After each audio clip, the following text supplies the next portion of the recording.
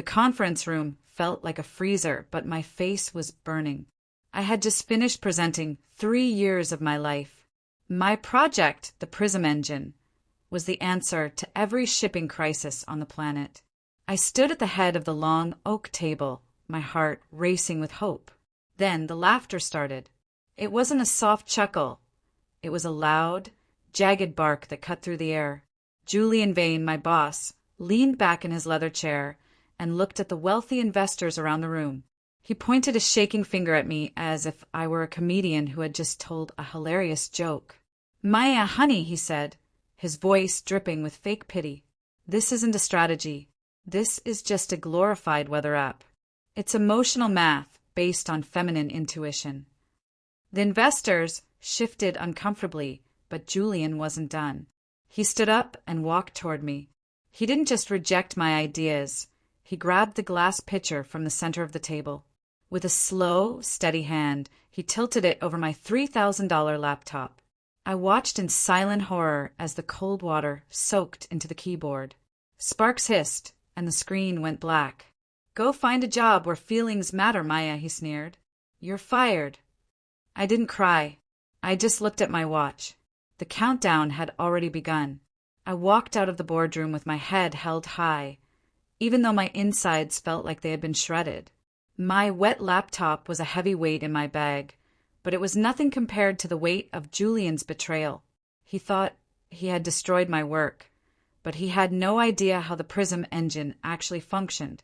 As I stepped into the elevator, the door slid shut, sealing me away from the sneers and the whispers of my former colleagues. I pulled my phone from my pocket. My hands were steady now. Julian thought he could just take my research and use it for himself once I was out of the building. He assumed the weather app was saved on the company's main server. What he didn't know was that the water damage to my local hardware had triggered a defensive protocol I had written months ago. It was a silent kill switch. I tapped a single command on my phone screen. Initiate Ghost Wipe. Deep inside the Vane Holdings server room, my files weren't just being locked. They were being scrubbed from existence. I watched a progress bar on my phone hit 100%. Upstairs, Julian was probably trying to log in right now. I could almost imagine the look on his face when the red text appeared, "Unauthorized user."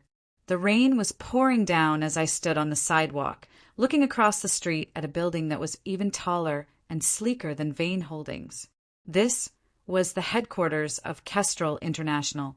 If Julian Vane was the king of the industry, Beatrice Kestrel was the empress who wanted his head on a platter.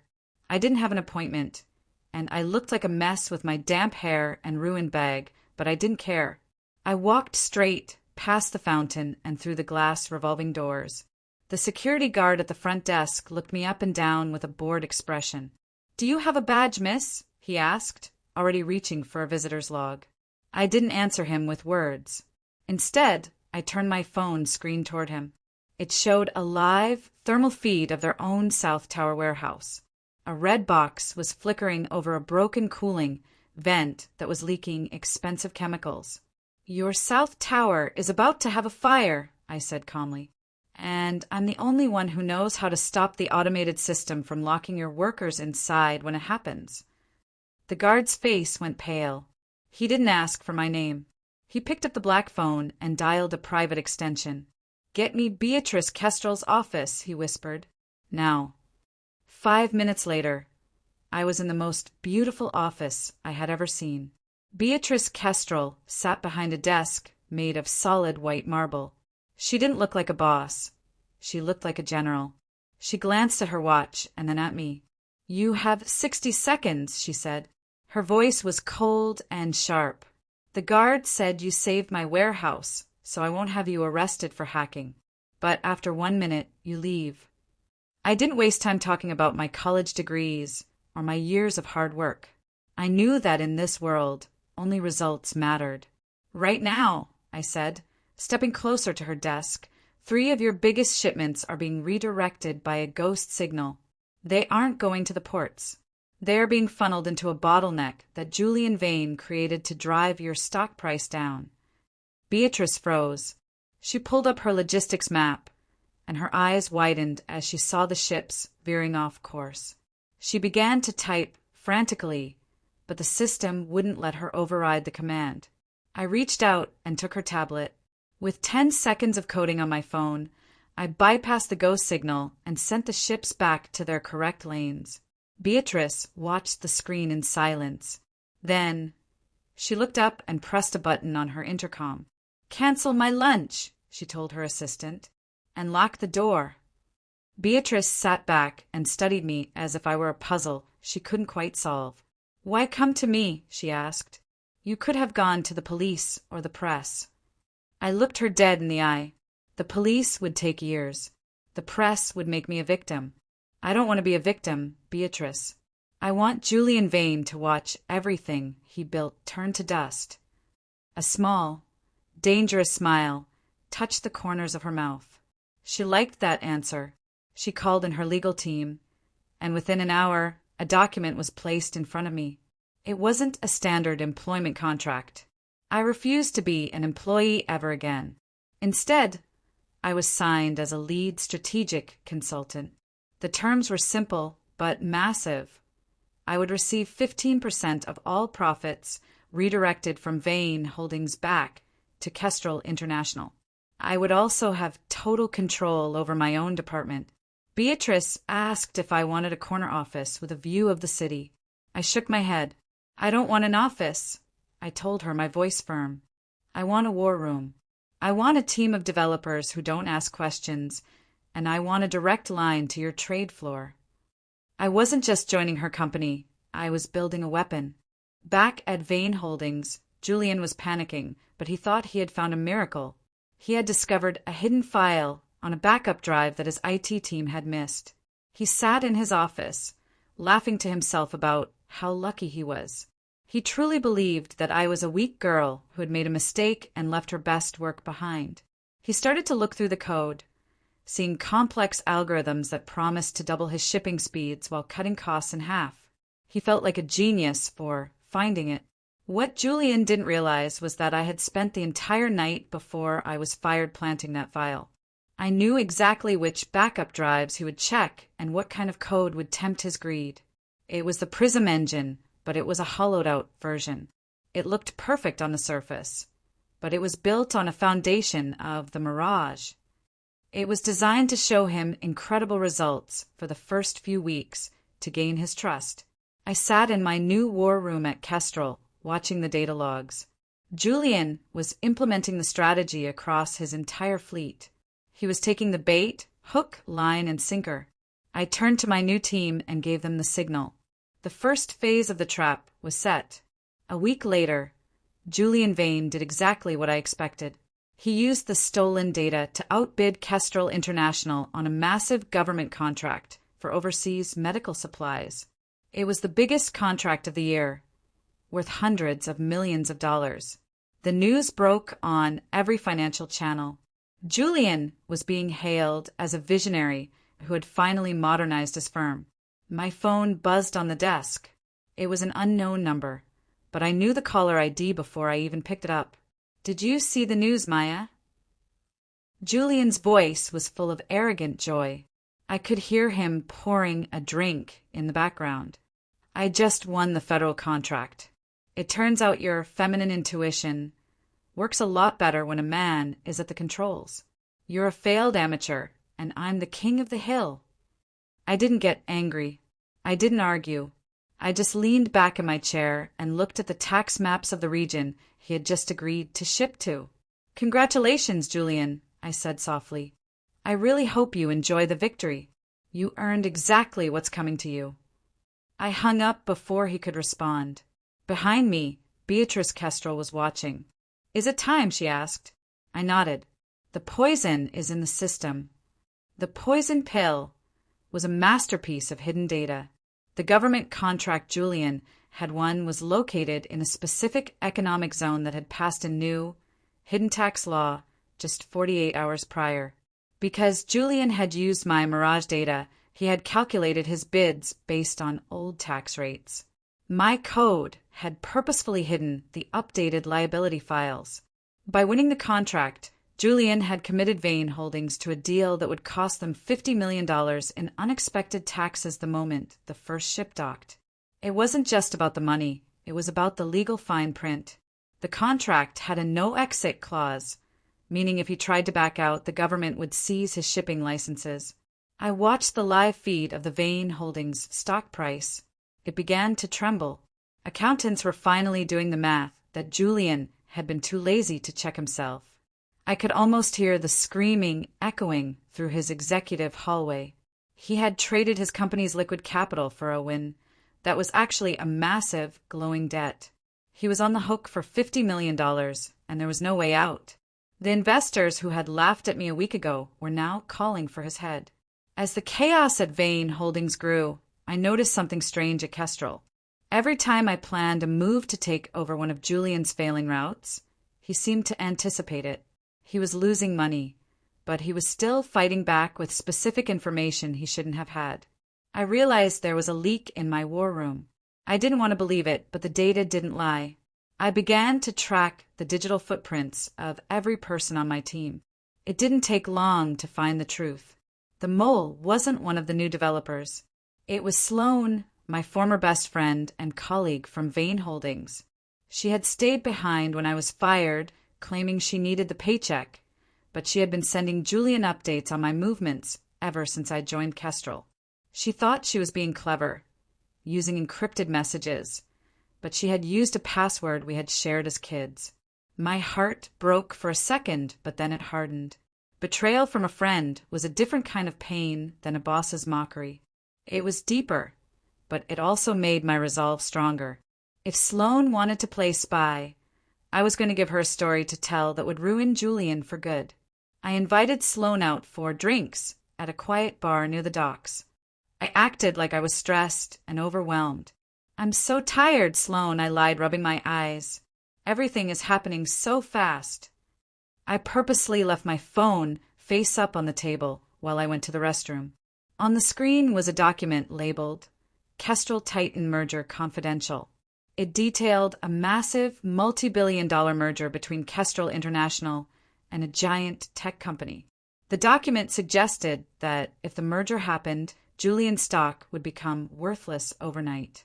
Through the gap in the restroom door, I watched Sloane. She didn't hesitate. She grabbed her phone, took a photo of my screen, and sent it immediately. She looked guilty for a split second, but then she tucked her phone away and took a sip of her wine. When I returned to the table, I smiled at her. I told her how much I valued our friendship. I felt a pang of sadness, knowing this would be the last time we ever spoke. But I had to protect my father's legacy. The merger was a complete fabrication. It was a ghost story designed to scare a greedy man into making a fatal mistake. I paid the bill and walked away, knowing Julian would get the photo within minutes. Julian Vane acted exactly like a cornered animal. When he saw the proof of the merger from Sloane, he panicked. He knew that if Kestrel merged with a tech titan, he would be crushed. He decided to make one final, desperate gamble. He used the last of Vane Holdings' remaining stock and credit lines to short the tech titan stock. He was betting everything he had left that the tech company would fail or that the merger would be blocked by the government. He was trying to bank on a catastrophe to save his own skin. He spent millions of dollars on these bets, convinced that he had the inside scoop. He even went on a private business forum and bragged about how he was about to bankrupt the competition. I sat in Beatrice's office, watching the trade tickers. Julian was digging a hole so deep he would never see the sun again. He was gambling with money that belonged to his employees' pensions and his investors' trust. He was so blinded by his hatred for me and his fear of losing that he couldn't see the truth. There was no merger. There was no tech titan deal. There was only a girl with a wet laptop who knew exactly how he thought. The morning the merger was supposed to be announced, the news was completely different. There was no deal between Kestrel and the tech titan. Instead, the tech titan announced it was moving its business entirely to Kestrel's new automated routes. The market reacted instantly. The tech titan stock soared, which meant Julian's short bet failed completely. He lost every penny he had put into the gamble. But the real blow came next. Beatrice Kestrel used the profits we had made to buy up the debt that Vane Holdings had incurred from the failed government contract. In a single hour, Julian went from being a powerful CEO to being a man whose company was owned by his worst enemy. He had lost millions on a lie, and now he owed Beatrice for his company's very survival.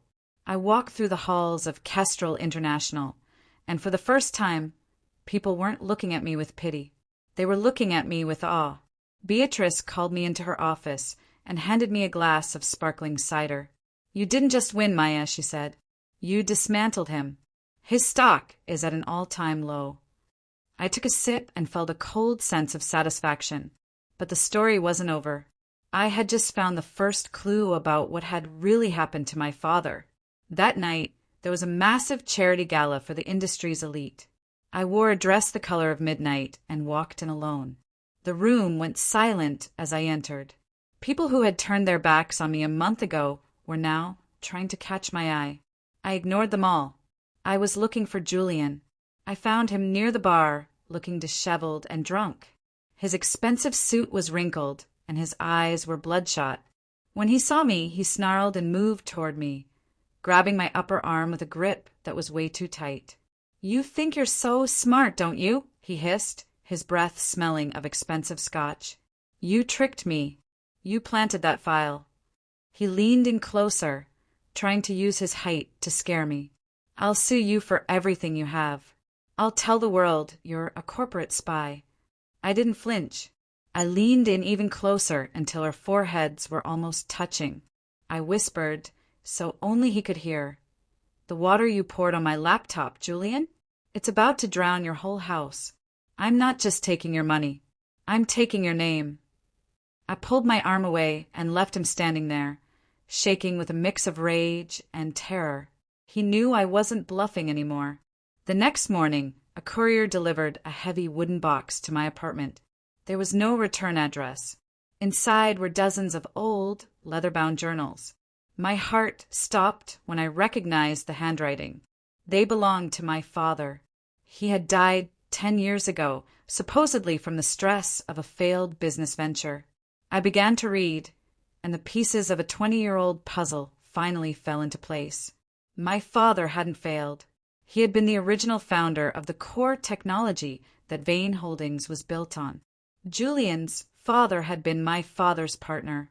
The journals detailed how the elder Vane had used the same bullying tactics, mockery, sabotage, and legal threats, to force my father out of his own company.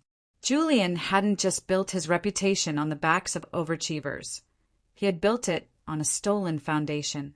My father had been silenced and broken, and he had died thinking he was a failure.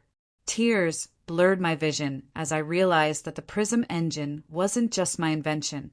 It was the completion of my father's life work. I wasn't just fighting for a job.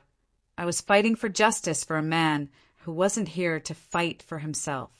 I spent the next 3 days in the Kestrel Legal Archives, searching for the original founding documents of Vane Holdings.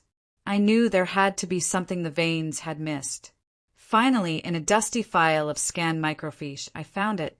It was a legacy clause buried in the Third Amendment of the company's charter.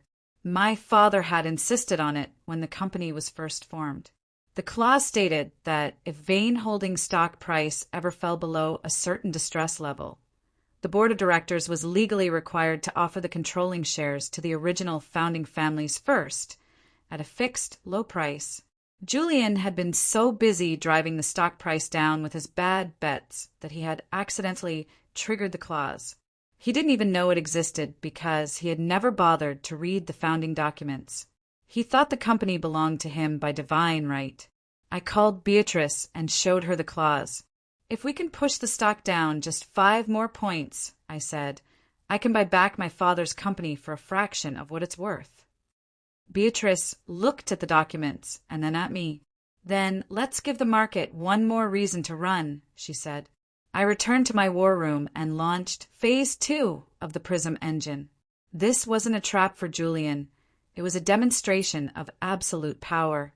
I adjusted the global shipping routes for Kestrel International so that they perfectly intersected with every major Vane Holdings client. By using the real, uncorrupted version of my predictive model, I was able to offer these clients a guarantee. Their goods would arrive exactly 2 hours faster than Vane could deliver, for 20% less cost. It was a legal massacre. One by one, Vane's oldest and most loyal clients began to jump ship.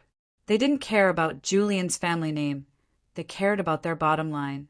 The news spread like wildfire. Vane Holdings was bleeding out. I watched the stock ticker like a hawk. The price was dropping. It was a race against time. I needed it to hit the distress level before Julian could find a way to freeze the trades. My team worked around the clock, optimizing every ship, every truck, and every drone. We were a machine of pure efficiency, and Julian was just a man with a pitcher of water in a world that was moving too fast for him. Julian was losing everything, and he knew it. In a final, desperate act, he tried to do what he should have done years ago. He tried to understand the code. He hired a team of expensive, underground hackers to break into the Kestrel servers and steal the real Prism Engine. I saw the breach the moment it happened. My security software flagged a series of pings coming from a high-rise in the financial district. I could have blocked them instantly, but I didn't. I watched as the hackers bypassed the first few layers of security. They were good, but they were looking for a file labeled source code. I created a folder and named it exactly that. I filled it with what looked like the most advanced version of my engine. Julian, watching from his office, thought he had finally won. He thought he could use the real code to save his company and prove I was the thief. He downloaded the files with a triumphant click. He didn't realize that I was counting on his arrogance. He didn't just take the code. He opened it on the Vane Holdings main executive network, giving the Trojan horse I had built total access to his system. The source code Julian stole wasn't a logistics program at all. It was a sophisticated audio routing virus. The moment Julian ran the program, it didn't optimize his ships. Instead, it quietly took control of the microphones in his private office, the boardroom, and the executive elevators. It then linked those microphones to the building's internal intercom system and, more importantly, to a live stream on the company's internal employee portal. Julian, thinking he was safe and victorious, began to scream at his assistants. He bragged about how he had stolen the brat's work, and how he planned to fire half the staff to cover his losses from this short bet. He laughed about how he had tricked the board members, calling them clueless old fossils who didn't know he was embezzling funds to pay for his yacht. Every word was broadcast in crystal-clear audio to every single person in the building and thousands of people online. The office went silent as his voice echoed through the hallways. The mask hadn't just slipped. It had been ripped off and stomped on. The reaction was instantaneous. Employees at Vane Holdings began to walk out of the building in protest. The audio went viral on LinkedIn and Twitter within minutes. The world was hearing the true face of Julian Vane, a man who hated his workers, cheated his investors, and stole from his partners. I sat in my war room, listening to the feed. I felt a strange sense of peace. This wasn't just about the money anymore. It was about exposing the rot at the heart of the company my father had loved. The Vane Holdings board of directors, terrified of the public backlash and the looming lawsuits, called for an immediate emergency session.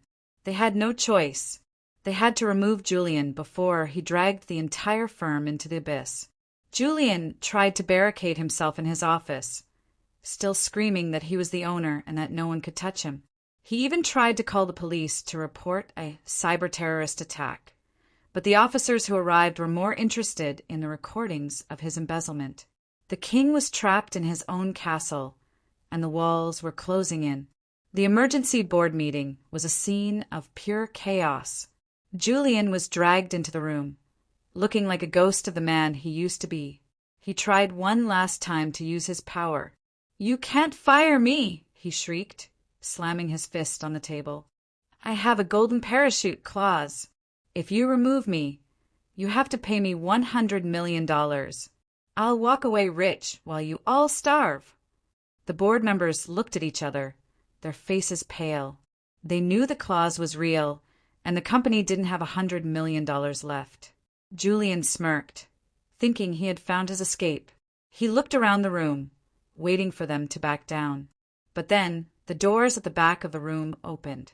I walked in, followed by Beatrice Kestrel and a team of the best lawyers in the country. I didn't say a word. I just walked to the head of the table, the same spot where Julian had poured water on my laptop, and laid a single document in front of the board chairman. "He doesn't get a penny," I said. My voice was calm and steady. "And I'm here to tell you why." The board chairman looked at the document and then at Julian. I pointed to the fine print of the golden parachute agreement. "This payout is only valid if the CEO has protected the company's primary intellectual property," I explained. But in this very room just 1 month ago, Julian Vane publicly declared that my work, the Prism Engine, was worthless junk and emotional math. He even destroyed the hardware it was on. I looked Julian in the eye.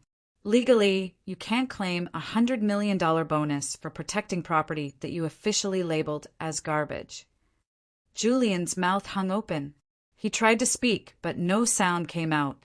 He had trapped himself with his own mockery. By belittling my work to make himself look big, he had legally voided his own exit package. The lawyers confirmed it with a nod. He was being fired for cause, meaning he would leave with nothing but his personal belongings. The board moved to vote immediately. It was unanimous. Julian Vane was out. As he was being led away, he looked at me with pure hatred. I just picked up a pitcher of water from the table and poured myself a drink. With Julian gone, the Vane Holdings stock price hit the distress level I had been waiting for. The legacy clause was officially triggered. Because I was the legal heir to the founding Vance family, I had the first right to buy the controlling shares. I didn't hesitate. I used every cent of the 15% commission I had earned at Kestrel, along with a loan backed by Beatrice, to purchase the company. It was a strange feeling to sign those papers. I wasn't just buying a business. I was reclaiming a piece of my family's soul. The lawyers handed me the keys to the building and the digital master codes. I looked at the name on the wall, Vane Holdings. It felt wrong. It felt like a scar. I walked out of the lawyer's office and into the cool evening air. The city lights were bright, and for the first time in my life, I felt like I was exactly where I was supposed to be. I had started the month as a fired employee with a ruined laptop.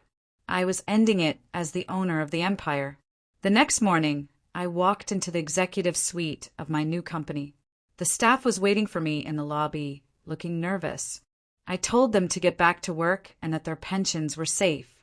Then I walked to the corner office. The door was open. Julian was there, packing a small cardboard box with his desk ornaments. He looked small. He didn't look like a king anymore. He just looked like a bully who had finally been caught. He didn't look up as I entered. "I suppose you've come to gloat," he muttered. I didn't answer. I just walked past him and sat in the large leather chair behind the desk. It was a comfortable chair, but I knew I wouldn't be staying in it for long. Julian finally looked at me, his eyes wet with tears of frustration. "You destroyed me, Maya. I hope you're happy." I looked at him and felt nothing but pity. "I didn't destroy you, Julian," I said. "You destroyed yourself. I just didn't stop you." I tapped a button on the desk console. "Security, Mr. Vane's badge has been deactivated. Please escort him to the street." As Julian was let out of the building, I picked up the phone. I dialed a number I knew by heart. My father lived in a small, quiet house in the suburbs, spending his days gardening and reading. When he answered, his voice was thin but warm. "Hello, Maya. Is everything okay? You sounded busy lately." I felt a lump in my throat.